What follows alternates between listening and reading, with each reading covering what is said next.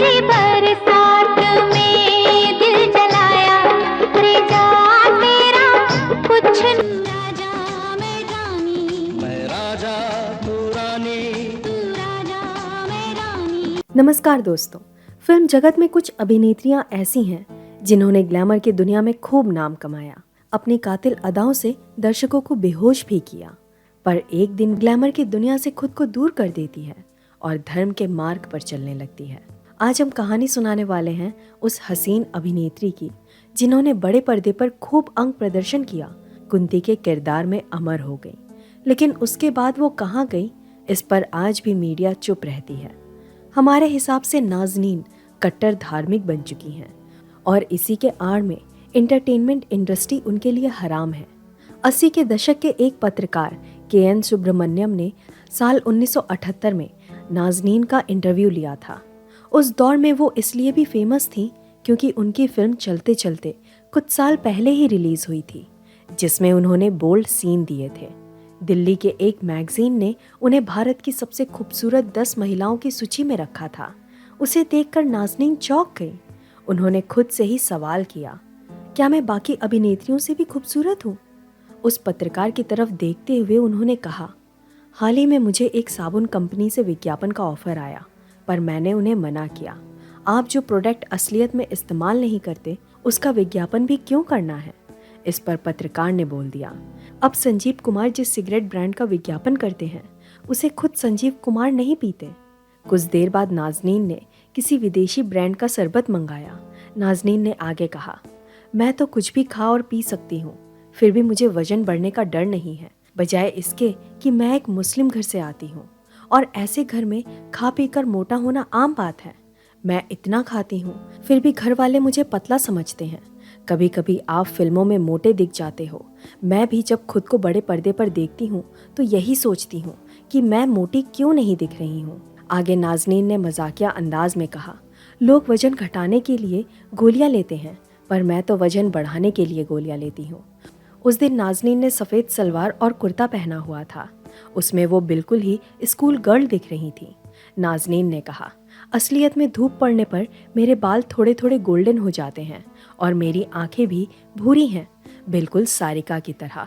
वैसे सारिका की आंखें हरी हैं और वो गुड़िया की तरह इतनी खूबसूरत है कि आप उसे ये सोचकर छुएंगे नहीं कि कहीं उसे चोट ना लग जाए।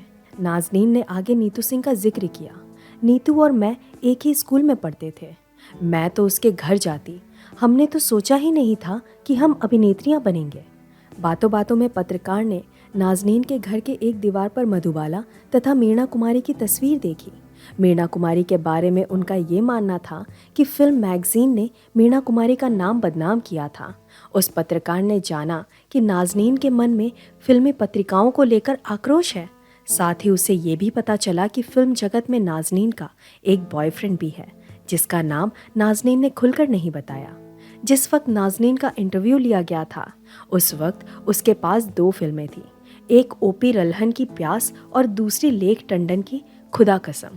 ओ.पी. रल्हन साहब जैकी श्रॉफ के साथ अशोका फिल्म बनाने वाले थे और उसी में भी नाज़नीन को मौका मिलने वाला था, लेकिन उस साल यानी 1978 के बाद ओ.पी. रल्हन आगे कोई भी फिल्म बना नहीं पाए।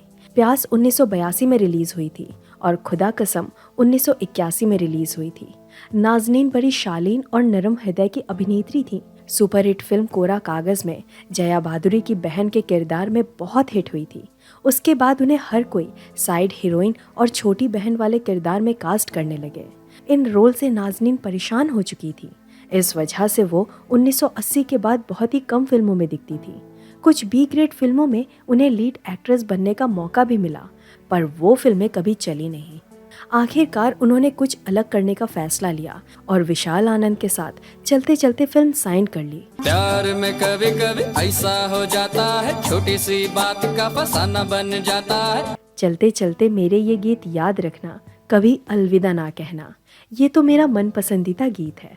नाज़नीन के शुरुआती दिनों पर चर्चा की जाए तो बताना ज़रूरी है कि उनका जन्म 23 फरवरी 1958 को कोलकाता में हुआ था। मशहूर चरित्र अभिनेत्री मुमताज़ बेगम और फिल्मकार यूसुफ 3 दरवाज़ा वाला नाज़नीन के रिश्तेदार थे। उनका परिवार बड़ा रईस था और पिता की एक प्रिंटिंग प्रेस भी थी।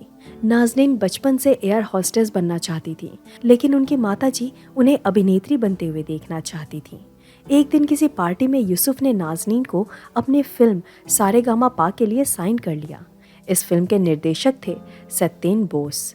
अक्सर नाज़नीन की फिल्मोग्राफी और रणजीत की बीवी की फिल्मोग्राफी एक नाम के चलते मिक्स हो जाती है, इसलिए IMDb पर ऐसी भी फिल्में हैं जिसमें नाज़नीन नहीं दिखती। एक बार तो सत्येन बोस ने उन्हें नाम बदलने की सलाह दी थी। उसके लिए उन्होंने सोनाली नाम सोचा हुआ था, लेकिन नाज़नीन को अपना असली नाम पसंद था।